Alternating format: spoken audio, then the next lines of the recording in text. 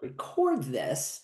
And I want to thank you for taking the time to join us. This is a big thing that, as inspectors, we see a lot of the things that come up during escrow that can derail an escrow. And everybody, is obviously there. It's a very tense time. It's a lot of pressure on the agents, on the buyers, and the sellers. And so what our purpose in providing these classes, of course, is to try and help agents avoid issues where things get derailed. And that's why we talk about pre-listing inspections. That's why we talk about, doing your termite inspections early, especially now that it's shifting more towards a buyer's market. Sellers need to be very proactive. And if they don't want to get caught having to negotiate at the last minute, being proactive is very important. So if you're on the listing side, this is going to be very useful so that you can take care of things that don't come around and bite you afterwards. Excuse me. And if you're on the buy side, a wildfire assessment is just another inspection, like a home inspection, like a pool inspection or a sewer scope that could identify things that would cost a buyer money if they're not resolved prior to the close of escrow. And in this case, you could buy a house and then CAL FIRE comes by and sees that you have a problem, and then they cite the buyer, and the buyers are going to say, what do you mean I have to take out that tree or clear a hillside? And suddenly they're faced with a $5,000, $10,000 bill for doing all this stuff. Or maybe it's their homeowner's insurance that cancels them because they do an inspection after they move in and say, hey, we can't cover you because of these things.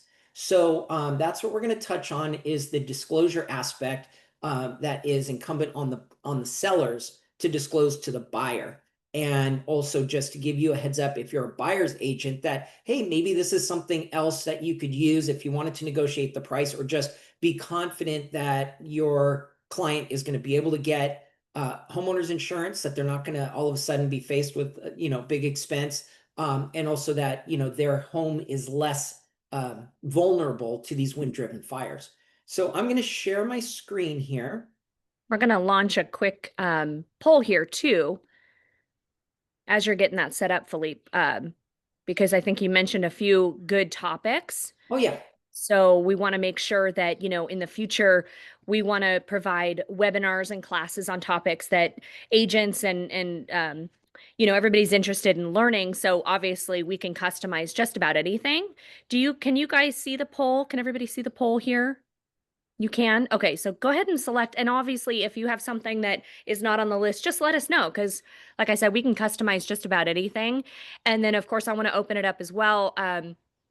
Barbara and Patty, if you guys ever want a class done in person, we can always set that up as well. Yeah, in your office. No, so what April's showing you here, so we get a lot, we like to give back to the community that supports us, which is you guys, right? The real estate agents that support the real estate inspection company. And so we like to give back and not just talk about ourselves, but we like to give you things of value, which is what could help you in your job. Like, how could we give you information that helps you serve your clients better, whether you're on the listing side or on the buy side. We want to help you with that. And so we've come up with a bunch of classes that we've been teaching that have been pretty popular with agents. And again, one of those things is we've poured a lot of resources and focus on using AI in our business to help us. We're a small company, right? So we're leveraging AI where we can. And the main reason is because we want to be more responsive. Agents, as you know, you can get a deal set up late on a Saturday. Well, we can't afford to have a 24-hour call center. So, sometimes it's replying to people or taking, getting notifications out, things like that. So we've really poured into it a lot, also on social media and whatnot. So we have developed some classes to teach agents inexpensive ways to implement AI tools in your business. And so that's one of the classes that's been really popular. Deck and balconies, that is something that has come up a lot, that will stop a condo or townhouse deal dead in its tracks, because you get in there and the buyer goes to get their financing, and the underwriter at the 11th hour says, hey, we need this certified copy of the deck and balcony inspections that were required by law, and I'm not going to fund this deal unless I see this report. And then the HOA, turns out, didn't do it. So we have a class on deck and balcony compliance and how to avoid that very uncomfortable, very frustrating situation at the last minute during escrow. So those are the kinds of things, or anything else that you see. We have a really talented staff that does commercial inspections, all sorts of residential inspections. We're implementing AI throughout our company at a pretty high level, both publicly, social media and whatnot, and also behind the scenes, the back office stuff. Like we use it for, of course, the simple stuff like helping to compose blog articles and doing research, but also how do you get things to get done on your behalf without you lifting a finger? And those are the kinds of things that are really, really exciting about AI. Anyway, let's get back to the topic at hand, which is the wildfire disclosures and defensible space. So what we have with, is this going to advance for me? Okay. So obviously why it matters in Southern California. Like, I don't have to tell you guys, I know you have been in San Diego for a long time, both of you. And when I bought my house, I live up in Ramona. And back in 2003, when I bought my house in February, that October was the cedar fire that blew through Ramona. It's like started in Four Corners, came right through my neighborhood. And the country estates lost something like 26 houses here alone, and it burned all the way to the coast. So these wind-driven fires are very scary, and it's not just here, right? You saw the LA fires, Northern California, and whatnot. So they changed the building codes to try and make homes more, or I should say less vulnerable to the wind-driven fires. We all have, or many of us have, stucco houses out in the backcountry, tile roofs, things like that. And it used to be enough, thinking, well, stucco doesn't burn, and if embers land on the roof, we don't have shake roofs anymore. So tile, great, we're all good, right? But that doesn't help with wind-driven fires, which can come horizontally, and those embers can go for over a mile. And what was happening, I know what happened here a lot, is that the end of the Spanish tiles that were open, embers were blowing up underneath the tile and setting the roof deck, the sheathing, on fire. And firefighters can't put that out, because once it starts and your attic's on fire, it's very hard because they're pouring water on it, but it's just running off the tiles. So that's why you now have bird stop. That's what they call that flashing that encloses the tile ends to keep embers from getting in there. And that's just one example. There are several other parts of your house that are vulnerable to, this blowtorch that can be created by these wind-driven fires. So the risk has, oh, Joanne just joined us.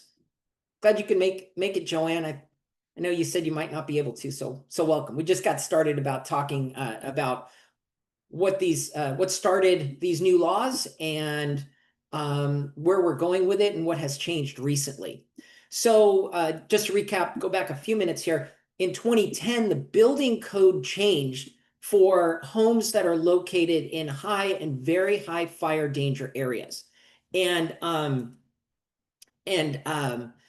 that's what we're focusing on right now. So if you get into a transaction on a house, single family home, up to 3 units, that is in a high or very high fire hazard zone, the house has to comply. So AB 38 really applies to houses built prior to 2010, because from 2010 on, homes were built to comply with the new home fire hardening rules.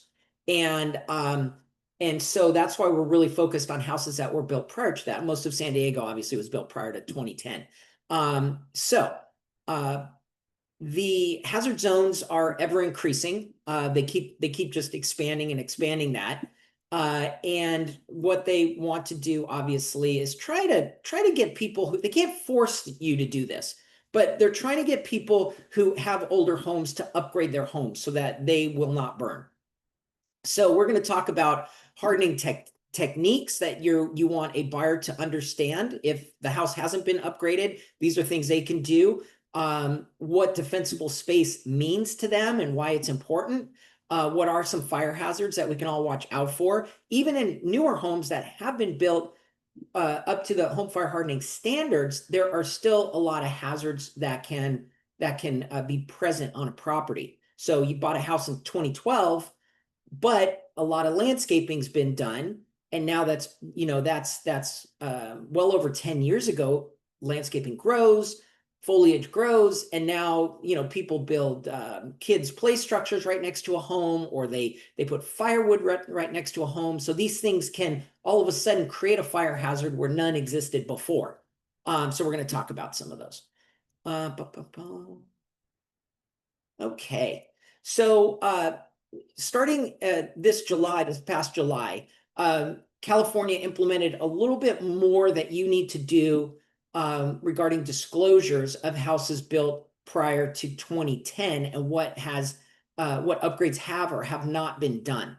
And that's very important. And so now it's required that you do that. The alternative is if your seller just simply hasn't done it, they still need to let the buyers know that they haven't done it. And then the buyer has to be willing to agree to take that responsibility on themselves. Technically, they're agreeing to do these things within 12 months, but then they're assuming all of the cost, all of the risk if they do that. So if you're on the buy side, does your buyer want to take on that responsibility? If you're on the selling side, make sure that you're disclosing everything that, it's like, hey, my house was built in the 80s and I haven't done any of it. And just be really upfront and honest about it. So none of that ever comes back to you. I was doing some research, and there are a lot of lawsuits, believe it or not. There's enough things that lawsuits occur over, but home fire hardening disclosure, it's just another disclosure, right? That has caused lawsuits after the fact because the sellers didn't accurately disclose things. So I misspoke a little bit earlier. I said up to 3 units. It's actually 1 to 4 units. Sorry, I was thinking about deck and balcony inspections, which is 3 units. So this does apply to structures of 1 to 4 units.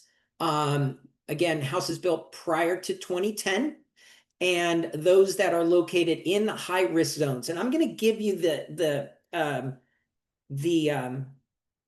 website. It should be on your natural hazard disclosure form. It should be right there near the top, whether or not it is in a high or very high fire zone. But what I'm going to do is I'm going to give you in the chat. Where's my chat window?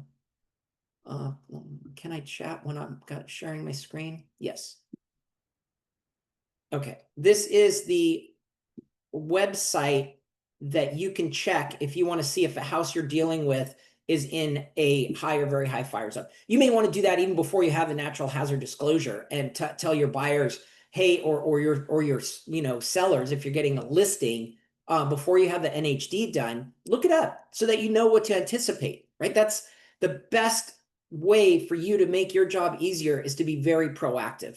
Don't wait till, oh, I got to get this done. I'll wait till the last minute, and then you find out there's an issue. Come on. So I have this tiny little bar to advance these things, and got to get it just right. Okay, so the disclosure process. There's a list that is required. There's 12 things that are, they call them low cost. I guess that's always subjective to whoever has to pay for it. But there are 12 retrofits that are outlined for houses built prior to 2010 that are now part of the building code, but have to be disclosed if they were or were not upgraded now at this point in time. You have to report whether the work was completed. Do you have any permits, for example, or do you have receipts? Do you have certification that perhaps the material with which you built the deck is in fact fire resistant?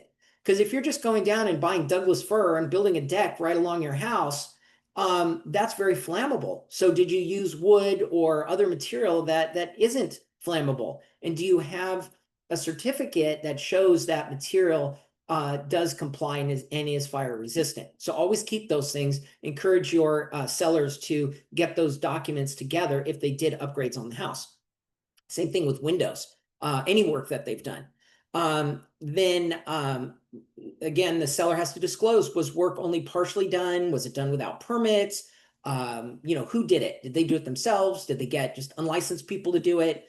We have a client right now that's in a not quite a lawsuit, but they built a deck without permits, and they built it on the setback, and now the neighbor turned them in, and now they have to undo this very expensive deck that they had built because it was done without permits, and they didn't follow the rules, and the contractor just went along with it, and so everybody's mad at everybody. And so it's a big deal when people do stuff like that. And of course, provide the documentation. That's always, receipts are always fantastic. I've taken it so easy now, just on my phone. I open notes and I just take pictures of stuff and I save it that way. And that way, whenever I need to, I just search my notes, and all the pictures or scans, PDFs of receipts, whatever I want. I do it for my taxes. I do it for all sorts of stuff. And that's how I kind of really organize things and keep it very easily in my phone. All right, so these are the 12 low cost, again, subjective wildfire retrofits. Roof maintenance, obviously, we should all take care of our roofs. If you have trees nearby, make sure that leaves and other debris on the roof has been removed, because what happens, right? All these dry leaves or pine needles, an ember comes, like I said, they can travel from a mile away, and they land on it. And this is during a high wind event. It's going to fan those, just like Patty was saying about the fires in LA. There was a fire, the fire that officially started January 1st, but there was a fire, I think it was 6 or 7 days prior to that, that they thought they put out, but the wind reignited that fire. And that's what started the fire on January 1st up in LA. So that's what happens. A little tiny ember lands in these leaves and can be ignited with the wind. So very, very important that you check that. Chimney spark arresters. So on an older home, when they built a chimney, they didn't put any cap or anything on the like, let's say a brick chimney. It was just open. And there's two problems with that. Number one is, rain can get in there. Birds can get in and nest during the summer when you haven't had any fires. And then when you light the fire, you could start a chimney fire because there's sticks, and they're very clever the way they wedge sticks in there, that they can actually build a nest halfway up the chimney that you'll never see until you start a fire. So spark arresters are good for several reasons: keeping things out of the chimney, and also keeping sparks and embers from leaving the chimney and landing on your roof, and thus starting a fire, or in the yard right next to you. Ember resistant vents. So this is important too. Houses built before 2010 had those big dormer vents, which they call them that because they're like dormer windows, which, are little windows that they had in an attic room. Now they're just little domed vents, and they call them dormer vents. Or the gable vents, which are the ones on the side of the house, but that ventilate the attic. What they did back then is they had a kind of like chicken wire or wire cloth that had a rather large opening.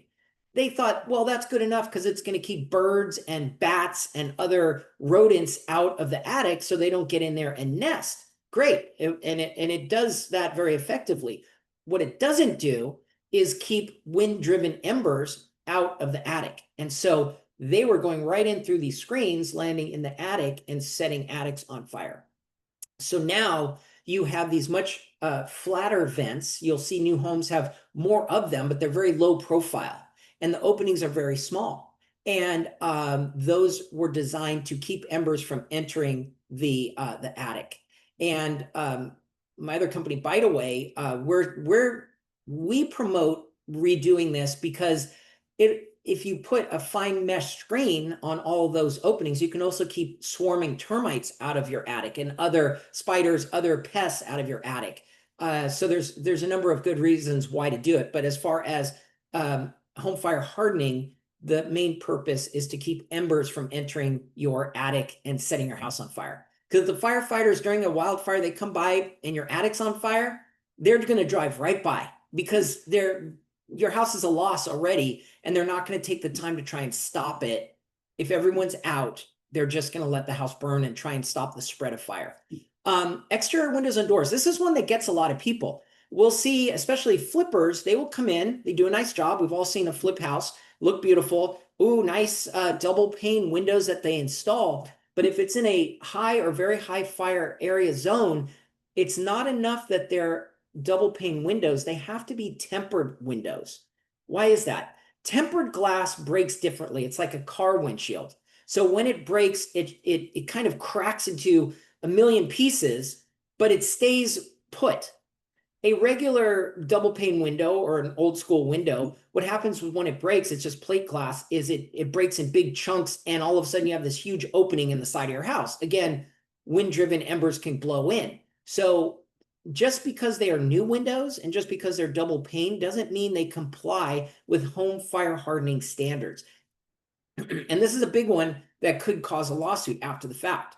If people aren't aware of this, and the seller says, oh yeah, we put new double pane windows, and then a house does burn down because they were not actually the right kind of windows, it could lead to a lawsuit afterwards. Okay, so remember that. Are they tempered glass on the exterior of the home? And usually in the bottom corner of the glass, there's usually a marking that will say tempered. So look for those on, French doors that have glass, sliding doors, or windows to see if they are in fact tempered glass. And you guys, as I'm going along, if you have any questions, put them in the chat. I'd be happy to answer them. Or April's on the call too. She can answer the questions for you. All right, decks and patios. Again, think of a cabin up in Julian. Is there debris that has settled on a deck? Because again, an ember lands on that, and then the deck gets going, and that will burn down your house. So keep debris off of those. The material that the patio or deck was made out of should be a fire-resistant material. Think of Trex. There's some Brazilian hardwoods that are very, very hard to light. So if you really like wood, natural wood, you can get some wood that it's not plastic, it's not synthetic, it's actual wood, very hard to light. It's grade A wood for fire resistance. So there is a way to build it with wood, looks great and won't burn. Combustible fencing. If you're doing a new fence, a new wood fence, if it's within 5 feet of the home, that's where they want to see non-combustible fencing. So you can have a wood fence around your backyard, but within 5 feet of the house, you should change it to wrought iron, to vinyl, to some other material that is not going to burn like wood. Because once your fence starts to burn, which they do, they're sitting out in the sun sometimes for years, right? And they're dry, and they catch on fire rather quickly. And that can burn and spread to the house. So that last 5 feet of fencing, yes, you can have vinyl because it just melts, doesn't really burn. Yeah, it just turns into a gross puddle, but that's fine. Vinyl is good. So that's another thing to look for. Defensible space. So this is the second half of the home fire hardening is one aspect which affects the home structure itself and its ability to withstand a fire. Defensible space is what keeps fire away from your house in the first place. So even if you have an older home, we're all responsible, according to the laws of the state of California, you have to maintain defensible space between combustible foliage and other items and your home. And there are 3 zones. Zone 0 is kind of newer. You haven't heard about this very much, but it is starting to get, they are starting to inspect for this. Then there's zone 1 and 2, and these are concentric kind of distances from the home. Zone 0 is all the stuff within 5 feet of your house. And if you think you've got, a box hedge right up against your house or any kind of plants right up against the house, that's actually contrary to defensible space because those things can burn. And they don't want to see anything in that first 5 feet up against your house because those start to catch fire. And wind driven, the flames go up and set your eaves on fire if your eaves are exposed wood.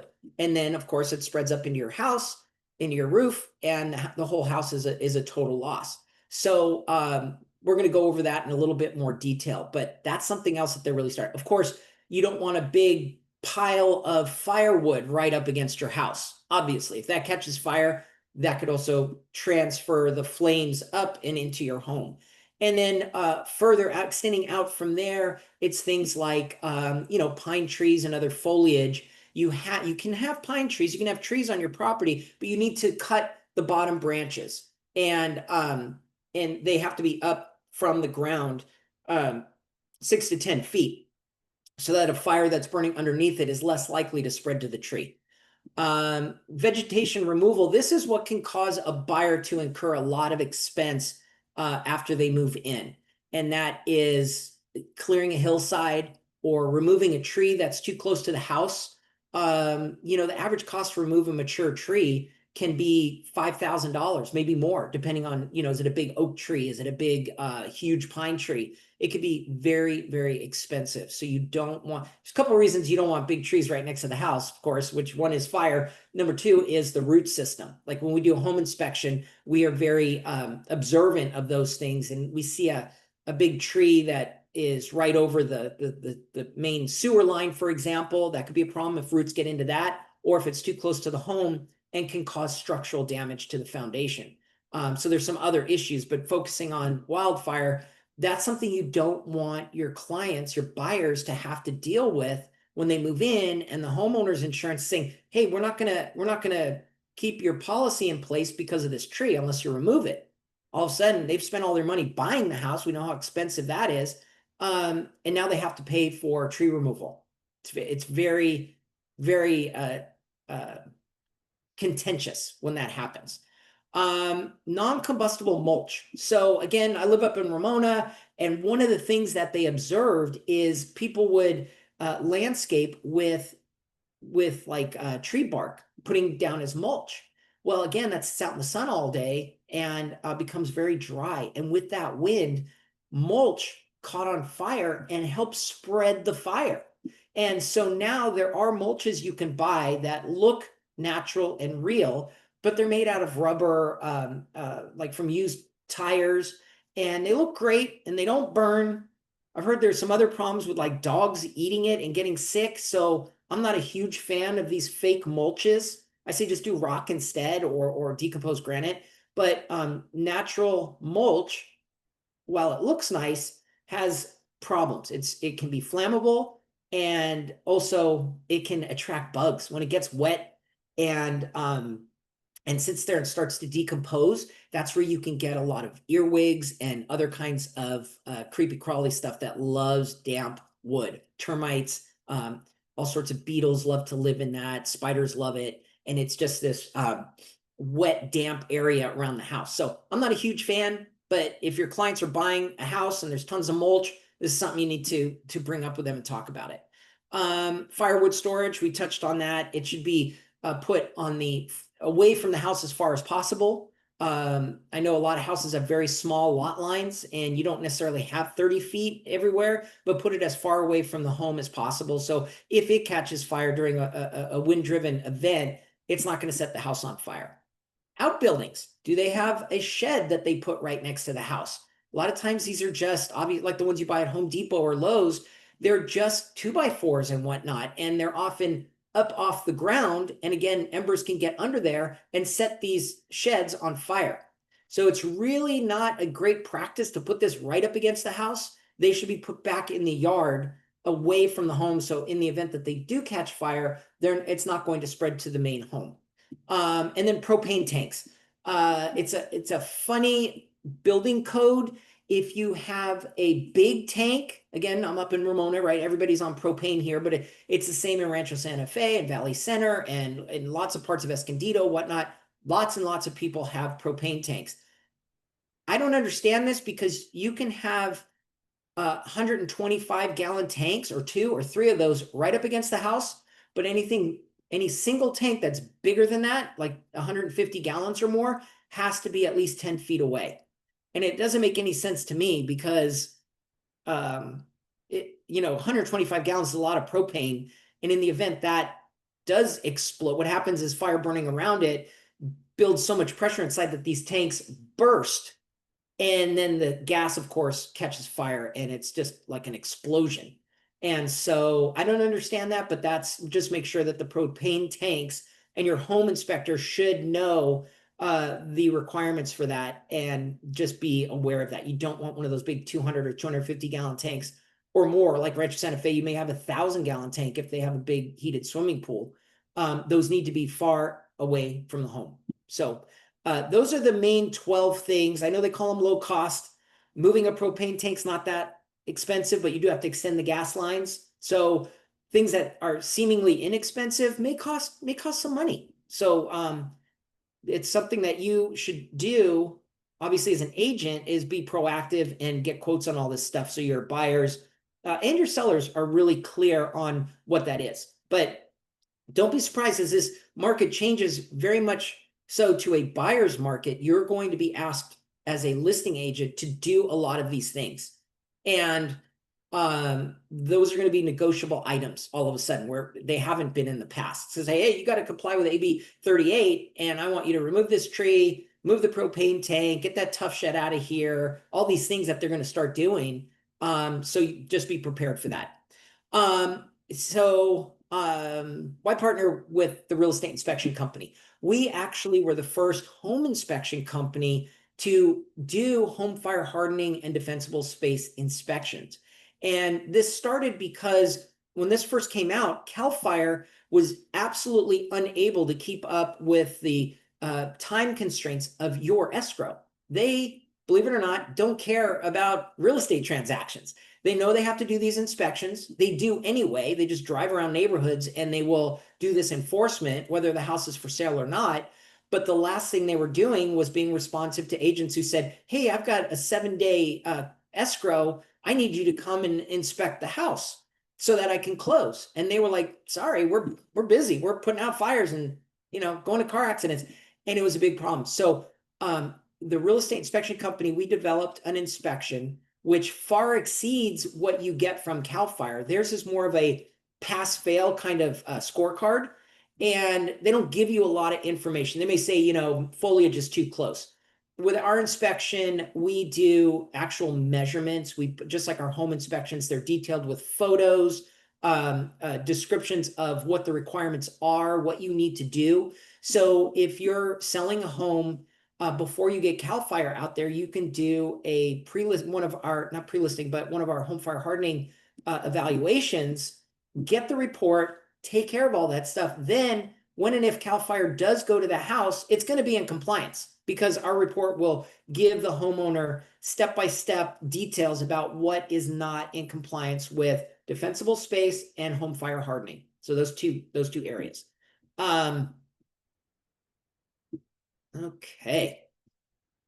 So these are some things you want to look out for just for your own knowledge about these things. So fire resistant roofing, it's called Class A material. Obviously, you don't see a lot of shake or wood shingle roofs in San Diego. You will by the beach. There's still some, and they can be treated with chemically to be fire resistant, and they're not in a really high fire danger zone. But look what happened in LA. Pacific Palisades was right on the beach, and you think, it's not going to burn. This isn't the woods. It's not backcountry.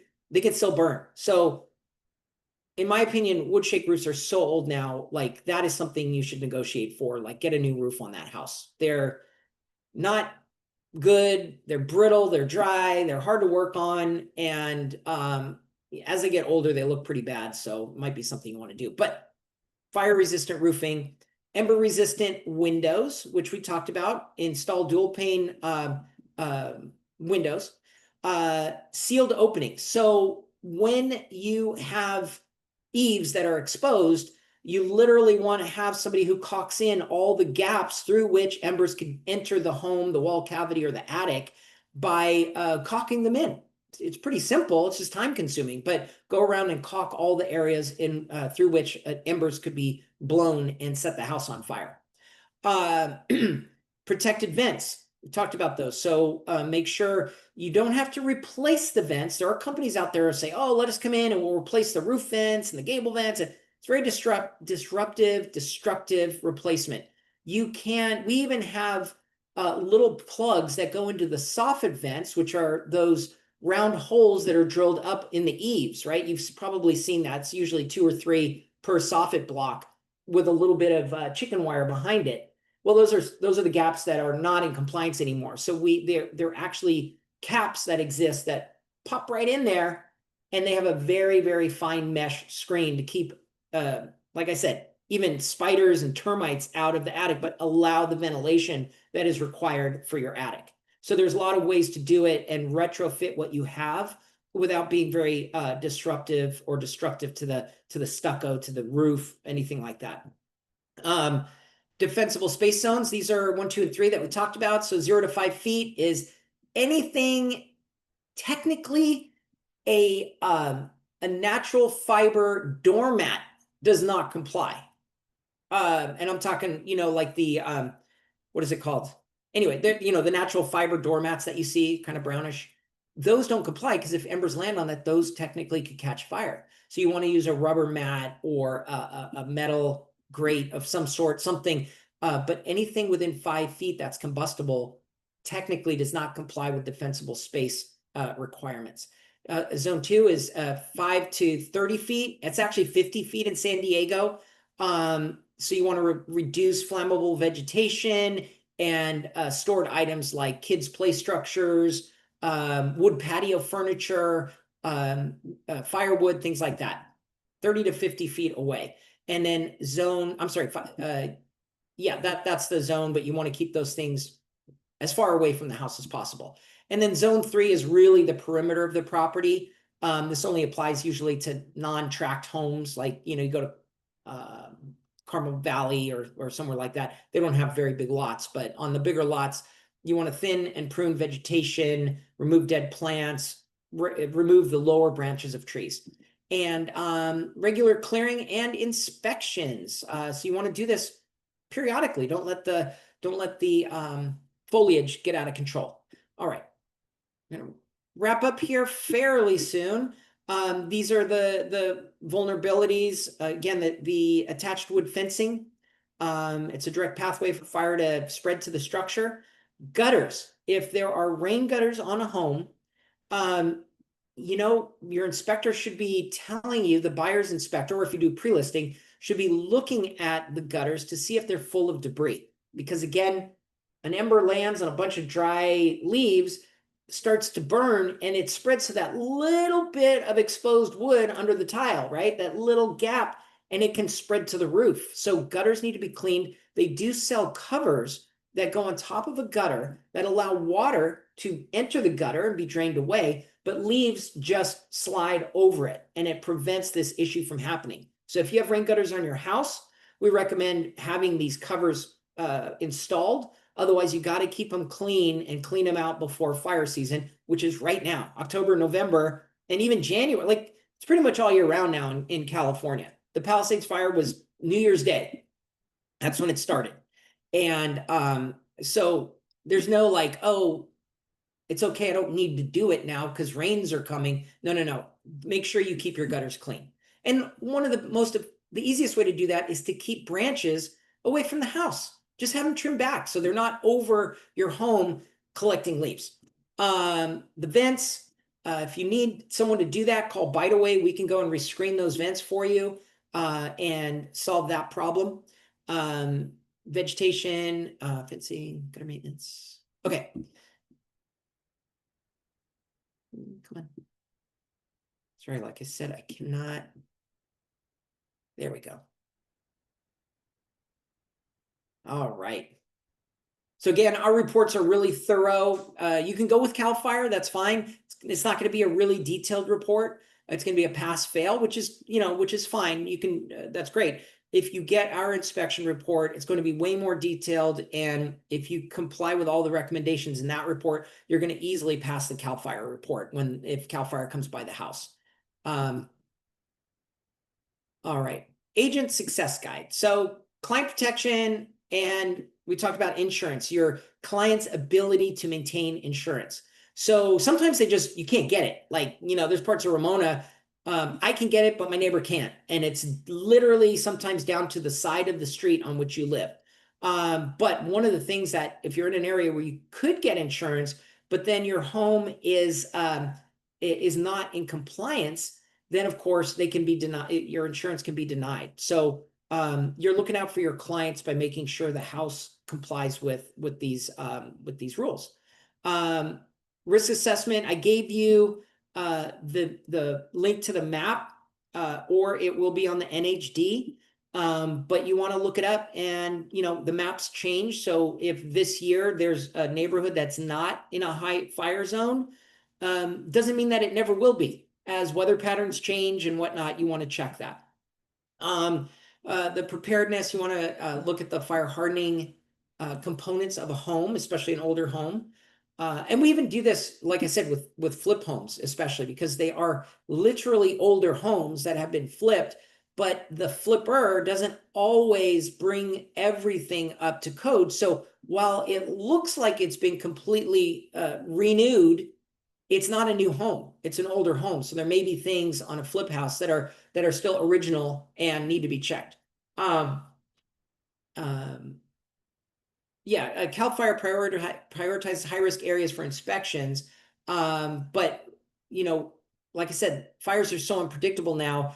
I don't think anybody was expecting fires near SDSU. And last year we had fires in Murphy Canyon and all along the 8 that, I hate to say it, but there's a lot of homeless encampments that are cropping up in places where they never were before. And to stay warm, to cook and whatnot, people are lighting fires, and they're not thinking about, oh, if it gets windy later, my campfire is going to spread. And that happens. So we're having fires in areas, in canyons and hillsides and parks where they never occurred before. So really less and less fewer and fewer neighborhoods are immune to wildfires like this. Listing strategy. So you want to position yourself obviously on lots of things as an expert, and knowing these rules will help you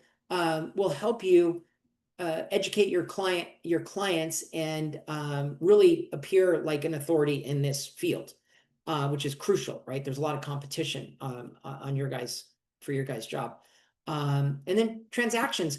If you are a buyer's agent and you're looking for things to negotiate on, get a home fire hardening inspection, because this is something, it's like a sewer scope, right? Everyone thought 5 years ago nobody did it, and there were a lot of problems with sewer scopes, and they're very expensive. Now 62% of our home inspections include a sewer scope inspection, and that is on not just on old homes, it's even on newer ones. And we're finding stuff all the time, and it's buyers can negotiate for those repairs, because they can be costly if you have to dig up a driveway to put in a new sewer line, or dig up a yard because the roots got in there. So it's just one more thing that you can help your buyers by giving them the information. And just like a home inspection, yeah, it's an investment, but we did a study, and there was an average of 3 to 4 times the inspection fee that buyers got back in seller concessions. Whether it was a bad water heater or something with the insulation or whatever, it usually resulted in many times the cost of the inspection. So it's a good investment from a buyer's perspective. Also for a seller, because then if we find something for a seller, they can negotiate and fix something rather than waiting for the buyer's inspection to occur. And then that buyer wants a new one, a new HVAC system, or a new roof, a new skylight, when it just needed some repair. So that's why pre-listing inspections can save sellers so much money, because we identify the things that are going to come up when the buyer's inspector gets there. They're there, they're going to be found. It's just, when do you want to deal with them? On the seller's time frame, and maybe be able to repair something. And then when the buyer's inspector comes in, everything's working. Great. It removes the stress during escrow. So highly recommend that. So resources. CAL FIRE, wildfire.org is a great website to learn about defensible space and all sorts of things. Wildfire.org. You can go to CAL FIRE. Every now and then there are grants that they will provide to help remove things like trees or do hillside brush clearing. So check with them, see if there are some funds or grants available for your client to help them with the expense of that. Because, it's prevention, right? If they can prevent a fire from spreading into a neighborhood, it saves a lot of resource, a lot cheaper to do the brush clearing than it is to rebuild a neighborhood of houses. And then there are a lot of events. SDG&E puts them on. there are some agents around town who are putting on events for addressing wildfire dangers. And, there are a lot of landscapers who know this stuff about clearing. So build a network of people who know how to do hillside brush removal, who, a good arborist to trim trees, all these things. Get them in your contact list so that you can help your clients very easily without scrambling. And so these are the stats, is that the peak months are July through November. But as we talked about, any time of year now, we can have a wildfire. The 100-foot protection zone, that's really that first 100 feet is how you can protect your house. Remember, these in LA, they had winds of 100 miles an hour. Imagine, we know just from 50-mile-an-hour winds how strong that is. 100-mile-an-hour winds can blow a fire so fast that you don't have time to respond. So 100 feet, if you have that buffer, it can save your house. And, a home is most people's biggest, most valuable asset. And I don't care if you have insurance and say, let it burn. Nobody wants their house to burn down. You have personal items that can't be replaced. You see what insurance companies do. You see how hard it is to rebuild a house if it does burn down because of permits and all this stuff. So it's best to avoid it in the future. And finally, yeah, give us a call. We're here as a resource for you. We want to help you with all of your inspection needs to provide the best service to sellers, to buyers, even to your past clients. If they need something, they need a sewer scope inspection because they've been in their house for 10 years and never done it, or if they need a termite inspection, almost no one gets a termite inspection after they buy the house. There's that termite inspection that was done during that escrow. And most people, they could live there 20 years and never get another termite inspection. And then when they go to sell their house, they've got all these problems. So recommend that, your clients maybe send out a mass mail and encourage them to do that, or at least take a good look and look for fungus, look for termite issues, water damage, all these things, and protect that most valuable asset. So one more thing, for those of you who joined us a little later, we did put a poll on here. We give a lot of classes to agents. It's our way of giving back, and everything from inspection related items like this to implementing AI in your business. We've got like high level stuff from basic ChatGPT, give me an email topic, to automation, which is doing things on your website or building social media for you, and you don't have to lift a finger. So we're doing those things. So click on here to see if there's anything that you would find valuable that you want. And are there any other questions? I'm not seeing any questions, but let's do I think that's on me to do the little prize wheel. I went ahead, since Barbara stayed nearly to the end, I wanted to keep her on here. She did at least, put a question in the chat. She was engaging. So the prize wheel should have the 4 attendees in here. And then I'm sorry, I think Billy's note taker, I don't have that participant on here. So I just have the 4 people that attended. Okay, let's share. Oh man, did I do this wrong? Oh no, you could see it. Yeah, that's the wrong. Let's do you want to close that one and I'll send you the other one? Oh yeah, that was with everybody. Sorry about that, everyone.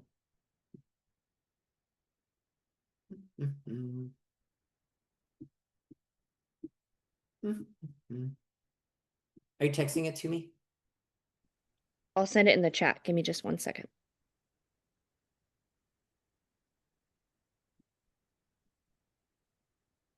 Let me know if you received that one. In the chat, you said no. Oh yeah, hold on. Yes. Okay. Let me share. Sorry, people. And then before we do that as well, I just wanted to remind everybody, I did put in the chat a wonderful cheat sheet for everything that Philippe had covered today. So I just wanted to let you know that the basic information is in there. If you have any questions, please let us know, and I'll send you guys an email following up with that as well. And then you can always reach out to us. So thank you again for attending. Okay, here we go.